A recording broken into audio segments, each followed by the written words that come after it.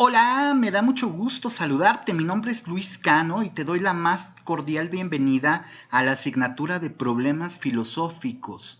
Este primer audio es uno de una serie que hemos denominado cápsulas filosóficas. ¿Qué vamos a hacer en estas cápsulas filosóficas? Bueno, vamos a abordar algunos de los temas relevantes de cada unidad para que tengas una mayor comprensión de lo que se espera al concluir la unidad y de lo que se espera cuando resuelvas algunas de las actividades. En esta unidad concretamente vamos a hablar acerca de las formas de comprender la realidad. ¿Y a qué se refiere eso de formas de comprender la realidad? Bueno, simple y sencillamente se refiere a esa forma en la que todos, de manera ya sea reflexiva o irreflexiva, interpretamos los hechos que ocurren en el mundo. Por ejemplo, hay personas que cuando ven pasar frente a ellas a un gato, piensan que tendrán un día de mala suerte. Esa es una forma de interpretar la realidad.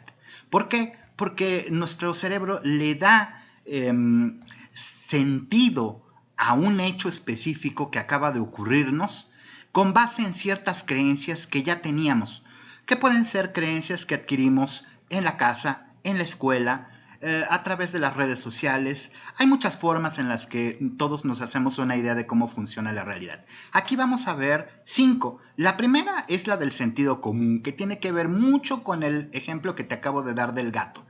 Gente que cree ciertas cosas porque así las ha aprendido y simple y sencillamente aplica sin reflexionar esas mismas ideas a otras interpretaciones de otros hechos del mundo.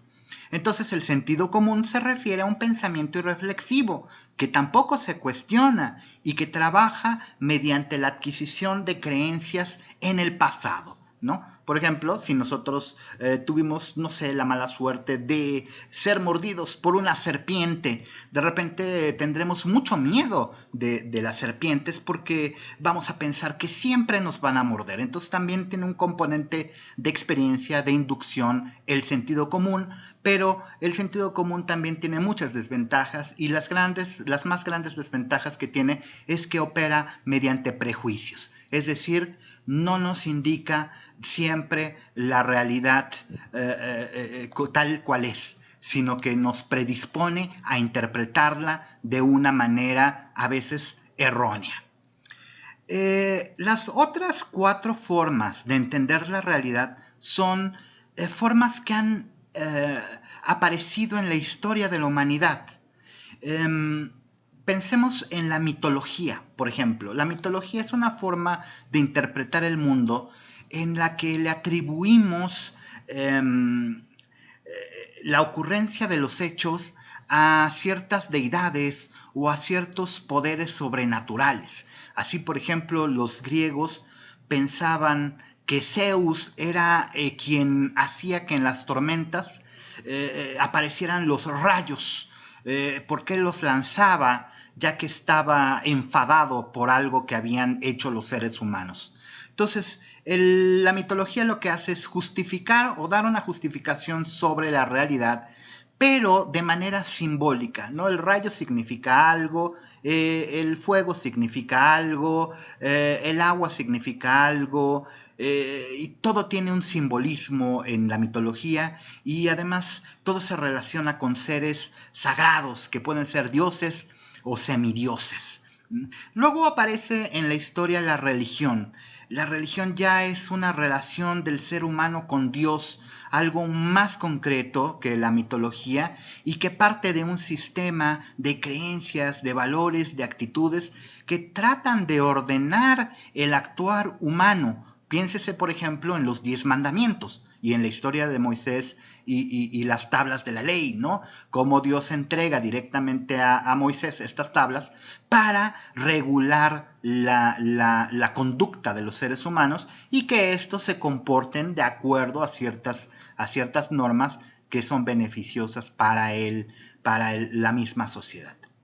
Posteriormente va a aparecer otra forma de pensamiento mucho más reflexiva, mucho más analítica y mucho más crítica, que es la filosofía. ¿Y la filosofía qué va a ser? Pues se trata de un saber totalizante que, como dijimos, se refiere al cuestionamiento, a la reflexión y a la búsqueda de lo que se denominó los primeros principios de todo. Es decir, ¿en qué se funda la ética? ¿Cuáles son los fundamentos de la ética? ¿En qué se funda la religión? ¿Qué podemos conocer?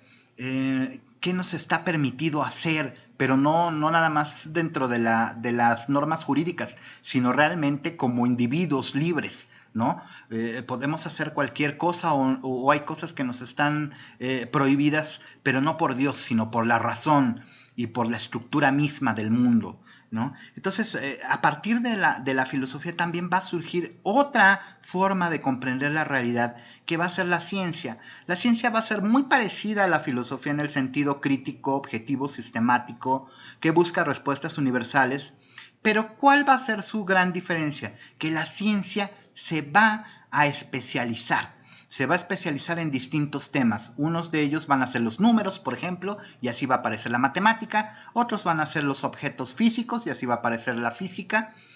Otro va a ser los seres vivos, y así va a aparecer la biología, etcétera, ¿no? Entonces, la ciencia va a ser analítica, va a ser cuestionadora, pero se va a enfocar en fenómenos y en problemas muy concretos, muy especializados, aplicando una serie de metodologías que después conoceremos como el método científico, para tratar de encontrar las respuestas a todos estos problemas.